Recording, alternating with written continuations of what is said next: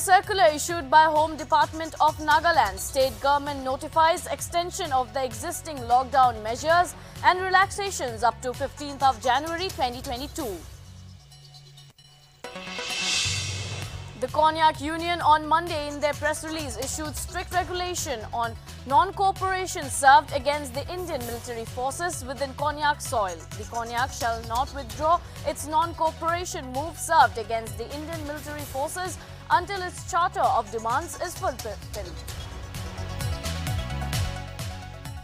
The Cognac Union on Monday in their 4-point charter of demands stated that the agitation will continue in various forms.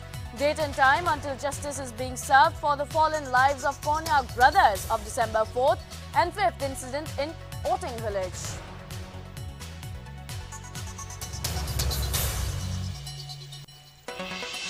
The Serum Institute of India on Tuesday said that vaccines for children aged 3 years and above will be launched within the next 6 months. The announcement comes amid increasing concerns for the new Omicron variant on COVID-19.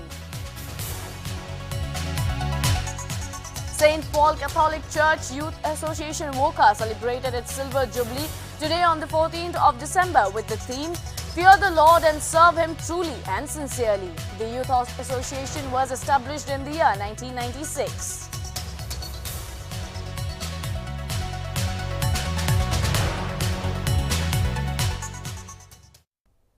Hello viewers, this is Gargi Deka welcoming you to English Primetime News. Let's go through the details of the news. State government notifies extension of the existing lockdown measures and relaxations up to 15 January 2022. In a circular issued by Home Department of Nagaland, it said that in the exercise of the powers conferred under Section 22(2)(b) and Section 22(2)(h) of the Disaster Management Act 2005, it shall continue with the existing lockdown measures and relaxation up to 15th of January 2022.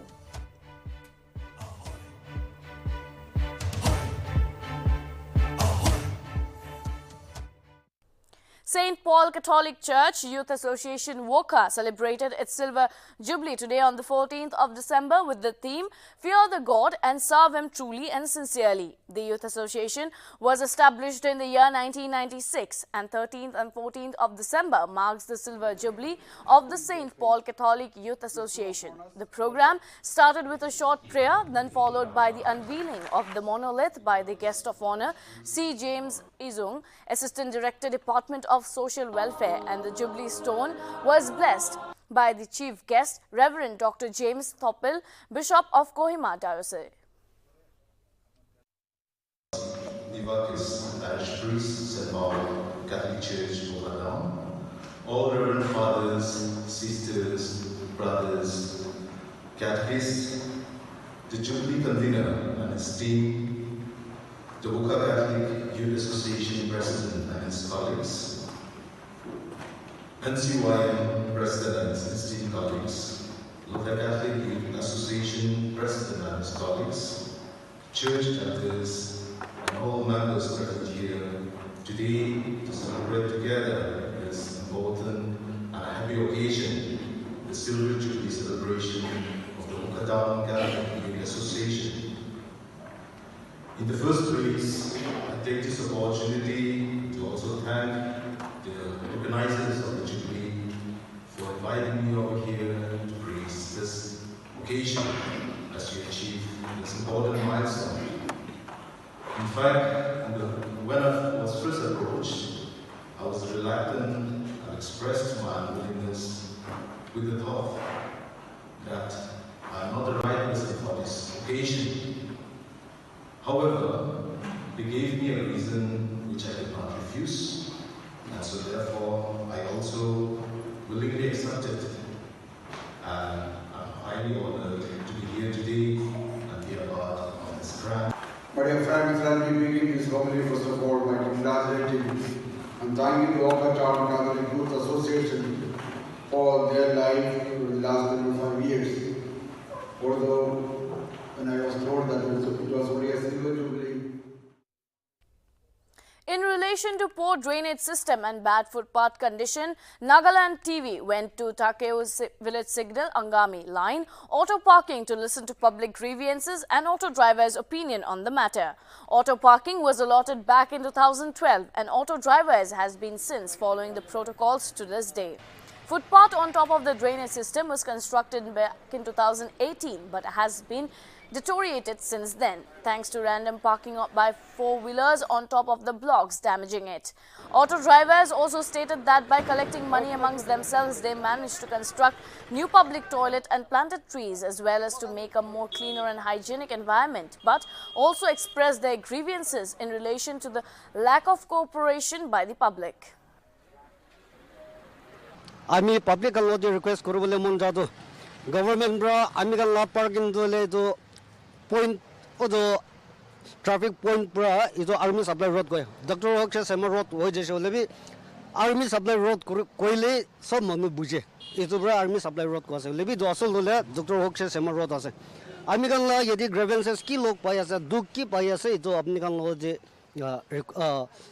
Share করবলে মন আছে ইতো আমি গাল drainage ko itu nala itu banga laga tu ami kan driver ekla duk pala no ina itu public bi duk pa ase kile gole tu ita festive la season ase so manu shopping kuri na bag man phari saman kan loina yede ami la parking di cross kore to tadi nala laga cover drainage cover to la banga bangi bishi ase itu bra apni kan morom bra ami kan la parking di park kuri na dibi ko ina apni kan lo di request kore ase thank you बेशी नाला तो भंगा के नहीं जासे ये तो तादे मानो भी गिरी के नहीं जोकुम पासे तो कुन ला गलती से अमेगन पब्लिक ला गलती से तो ये तो भाई मोरम्बरा पब्लिक खान होले भी कारी साइड करू बोले टाइम दे तो बहाल ब्रा साइड करू के नहीं राखी दिबी ये तो नाला लगा ऊपर तो न राखी.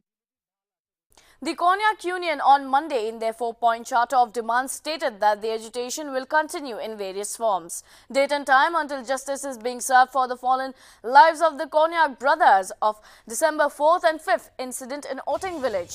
The first phase of agitation against the tyranny of the Indian armed forces shall begin on 16th of December with public rally all over Mon district. The Konyak CSO also stated that as a sign of resentment, hoisting of black flags on every vehicle, black badges will be worn by all and half-mast in the offices shall be continued till justice is delivered.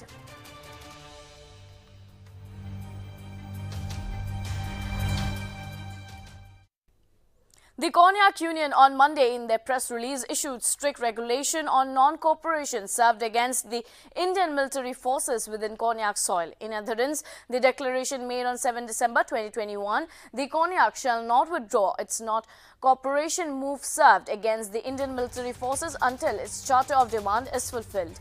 Instead, the Konyak CSO hereby issues strict non-cooperation regulation for strict adherence by all within its customary dominion.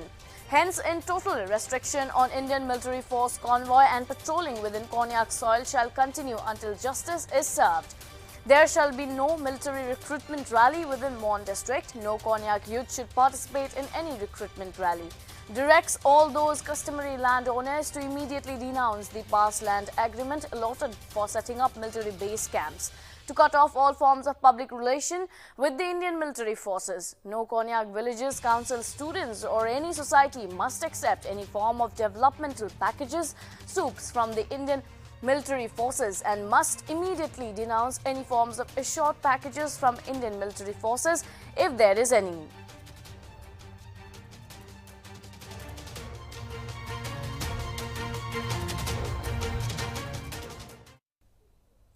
As the entire state, along with Oting village, mourned the tragic incident of December 4th and 5th, the Kohima Ao Baptist, in a letter to the Konyak Union President, has expressed their condolences to the bereaved families of victims. In the letter, KABA explained that due to unavoidable situations, they couldn't visit the victim families. However, KABA has extended a contribution of Rs 1 lakh to the bereaved families fund as an expression of the church standing in solidarity with the victims of the Oting village incident.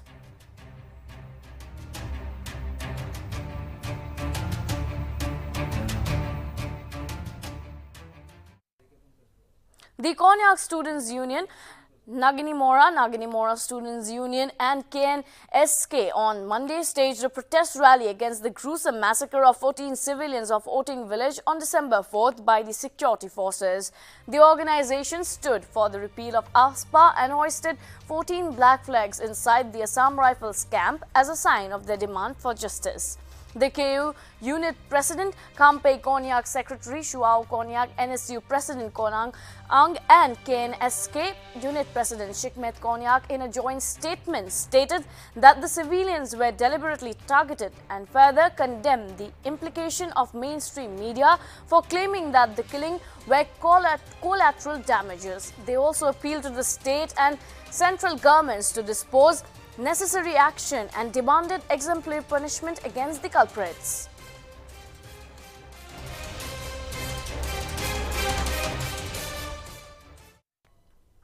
The Dimapur Konyak Union organized the culmination program of 7 days of mourning on Tuesday, December 13, which started on 7th of December. The program was held at the Konyak Community Center, Purana Bazar, Dimapur. Many people attended the program and paid tributes to the departed souls. Different organizations in their speeches stated that the Armed Forces Special Power Act should be repealed at the earliest and also stated that the Nagas will unitedly fight together until justice is being served. Is the day that our mourning, the 7 days mourning end. However, the pain and the struggle for justice does not end here. It still remains. Today we are silent, not because we are weak. We are silent because we are mourning, because we respect the departed souls. But henceforth, our demand for justice still continues. The real battle, in fact, begins from this moment onwards. We will stand with the bereaved family and against the injustice.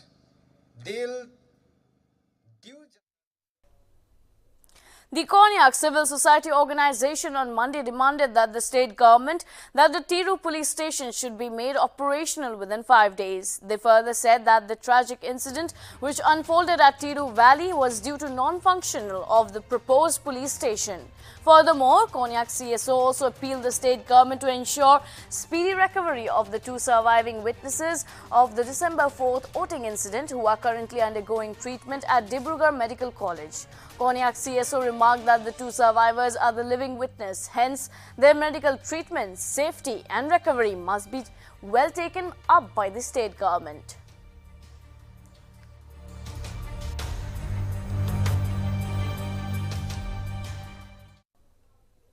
In accordance to the resolution adopted during the Konyak Union Advisory Board meeting on 12th of December 2021 at MON headquarters, the civil society organization, owing to gravity of the situation, urged its citizens to refrain or abstain from any kind of merrymaking activities such as night bazaar, open picnic and other entertainment activities within MON district. However, it stated that pre-scheduled programs such as wedding, church events may be exempted. Furthermore, the CSOs urged its citizens to adhere to all the norms and regulations until justice is served for the fallen lives of the Konyak brothers of December 4th and 5th incident in Oting village.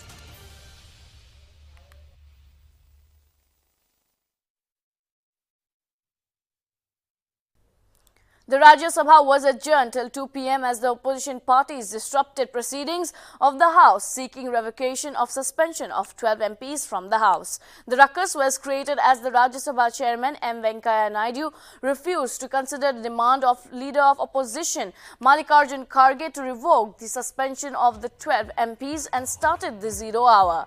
Leader of opposition Mallikarjun Kharge raised an issue with the chairman to acknowledge the suspension of the 12 MPs, but since it was already decided that the suspension will be revoked only after the MPs express their regret of the act.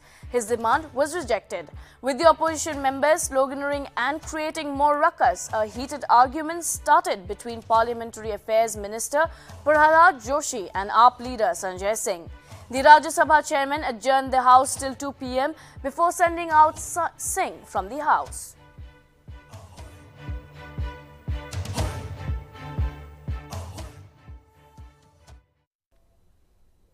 The Tamil Nadu government has banned public gatherings on all beaches in the state amid concern over the coronavirus variant Omicron.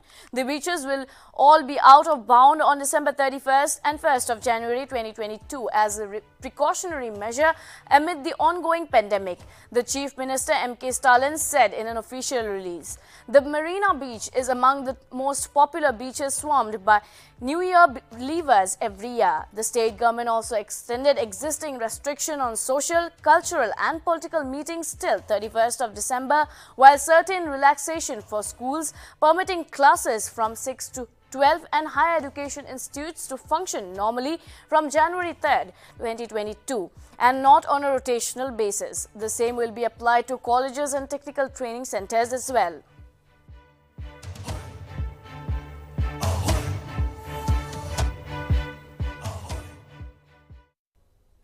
Netflix India has dropped prices across its subscription plans in a bid to expand its user base amid intense competition from Disney Plus, Hotstar, Amazon Prime and a host of other Indian subscription video on demand SVOD players. The company has reduced its popular mobile plan to Rs 149 per month from 199 per month. The basic plan now costs Rs 199 per month instead of Rs 499 per month.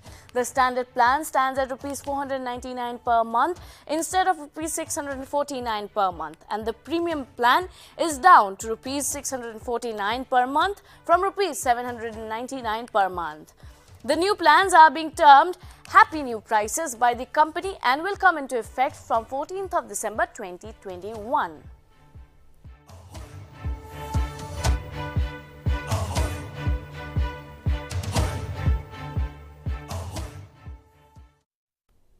The judicial custody of former Maharashtra Home Minister Anil Deshmukh has been extended till December 27th in the Rs 100 crore extortion case.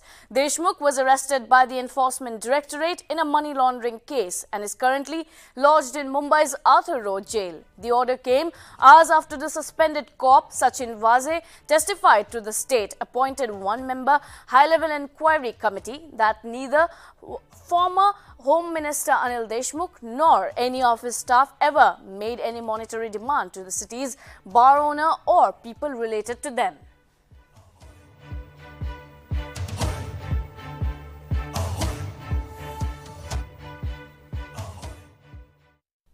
21-year-old mother of a 27-days-old baby boy arrested for killing him by banging his head against the wall.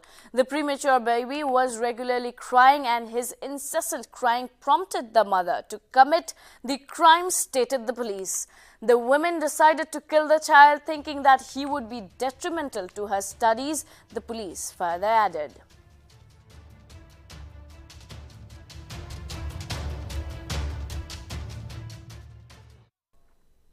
Three health workers of Nagaland were honoured with the Best Performance Award in New Delhi on Monday.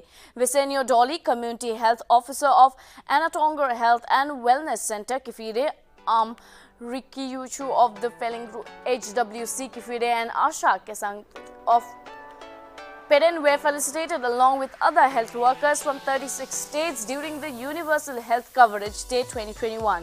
They were lauded under the category of Best Ayushman Bharat Health and Wellness Centre Primary Healthcare Team Award for their notable performance in delivering services under comprehensive primary health care. Dr. Bharti Praveen Pawar, Union Minister of State for Health and Family Welfare, graced as the chief guest of the event.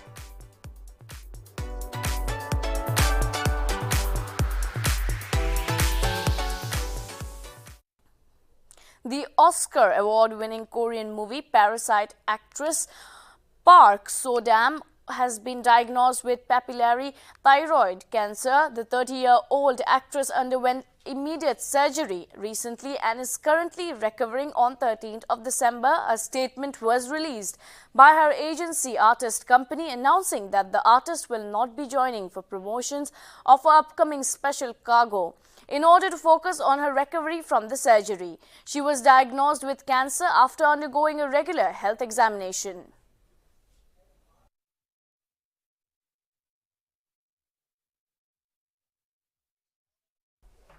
According to regulatory filings, the CEO of Tesla, Elon Musk, sold another $906 million share of Tesla on Monday. The billionaire sold the shares to cover taxes on the exercise of stock options to buy 2.13 million shares.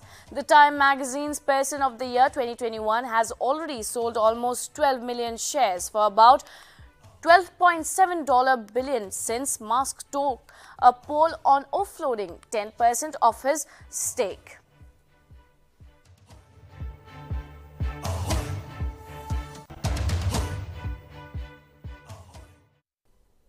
The Serum Institute of India on Tuesday said that vaccines for children aged 3 years or above will be launched within the next 6 months. The announcement comes amid increasing concerns for the new Omicron variant of COVID-19. Serum Institute of India's CEO Adar Poonawalla made the statement at CII Partnership Summit. Speaking about the Omicron variant, Poonawalla said, "On the back of enough data, it is safe to say that booster vaccine doses are a proven strategy to get antibodies up to a great extent. Currently, Covishield and other COVID-19 vaccines are approved for people above the age of 18 years. Already, there are 2 companies in India who are licensed and their vaccines will be available soon," he added.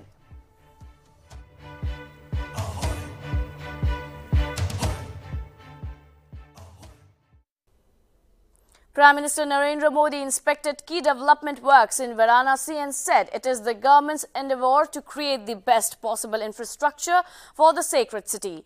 Inspecting key development works in Kasi is an endeavour to create best possible infrastructure for the sacred city, tweeted PM Modi on 12:52 AM Tuesday.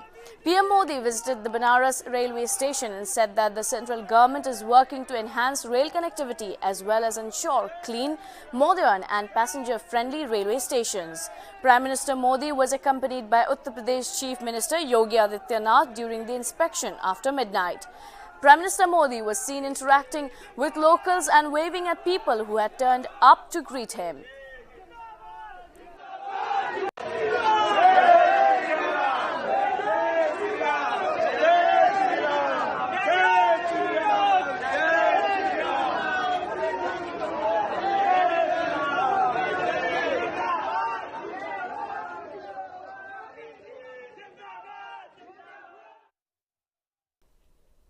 The Supreme Court on Tuesday allowed double-lane widening of roads for the Char Dham project in view of security concerns.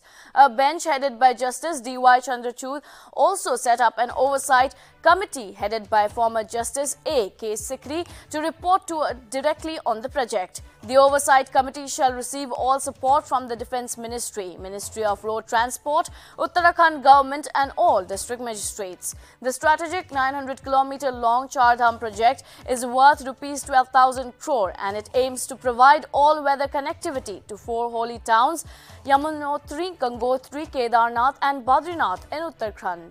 The court was hearing the centre's plea seeking modification of the September 8, 2020 order which had asked the Ministry of Road Transport and Highways to follow the 2018 circular stipulating carriage with width of 5.5 meter on the ambitious Char Dham highway project which goes up to the border with China.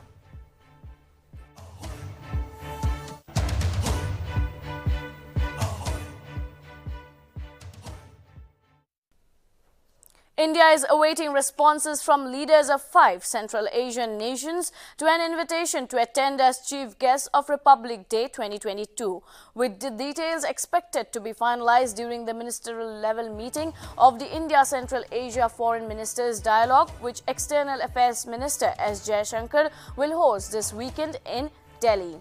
Officials confirmed that the Ministry of External Affairs has reached out to governments of Kazakhstan, Kyrgyzstan, Tajikistan, Turkmenistan and Uzbekistan to confirm their attendance, as it is the protocol for Republic Day guests before a formal invitation is handed over.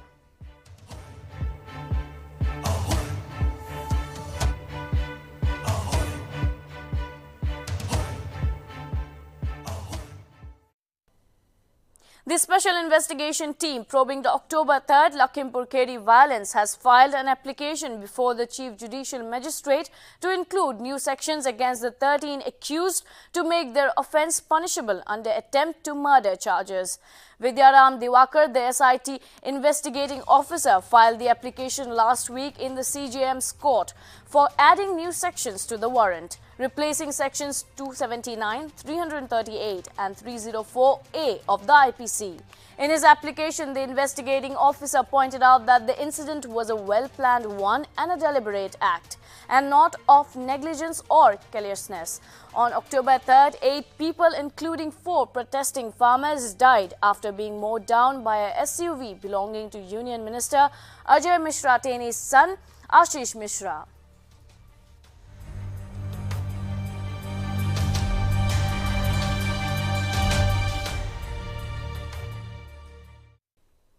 Four new Omicron cases were detected in Delhi. India's tally now mounted to 53. Omicron has been detected in Maharashtra with 20 cases. Rajasthan stands at 9 cases. Karnataka has 3 cases. Gujarat with 4 cases.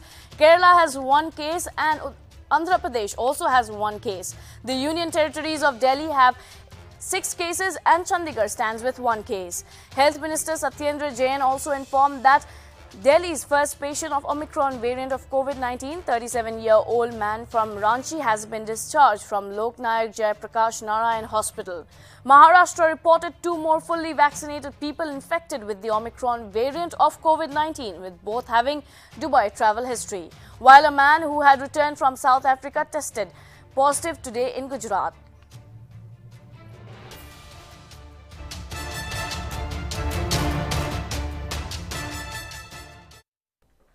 Well, that is all for now. This is Gargi Deka signing off. Keep watching Nagaland TV for more news and updates.